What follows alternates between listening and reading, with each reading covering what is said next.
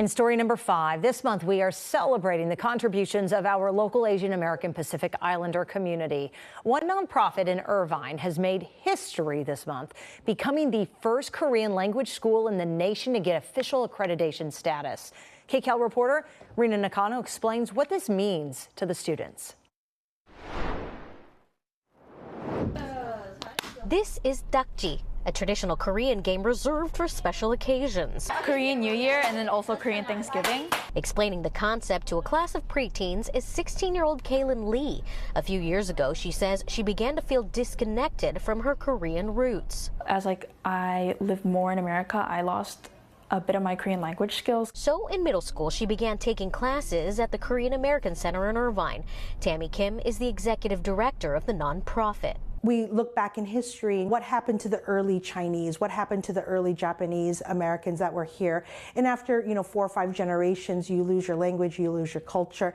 And we wanted to really make sure that that didn't happen to Korean Americans. Kaylin wanted to continue her Korean studies, but her schedule was packed and her high school didn't offer it. So she switched languages. With Spanish, it's a beautiful language, but I just personally wasn't interested in it. And I felt more like I had to just take the class for the academic credit. The Korean American Center has had its own rigorous curriculum since 2015, endorsed by both the South Korean and U.S. governments.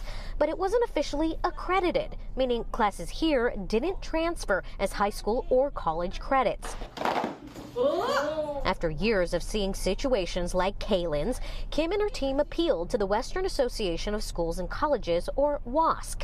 This month, they made history. To get WASC accreditation for the first Korean language school ever in the history of the United States during AAPI Heritage Month is definitely maybe kismet, maybe it was meant to be. Though it's too late for Kaylin, she continues to give back to younger students. I just feel so much pride and so much joy that other people now have the option to take Korean instead of just having to feel like they're defaulting to another language. It's for kids like Rosie Liao, a Taiwanese-American 10-year-old who hopes to communicate better in her martial arts class. I go to Taekwondo, so my friends, they all speak Korean. And Bixby Lee, a 12-year-old Korean Mexican-American who hopes to attend a Korean university and become a K-pop star. I really like the music and how they use both Korean and English to put out their emotions. Kim says they are honored to be the first, but they want to make sure that they are not the last. To have the respect that other foreign languages,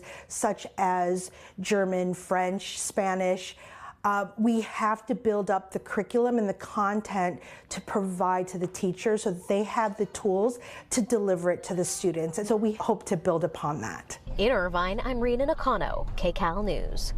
And it's so important to have all these options and programs for kids, so yeah, I love it.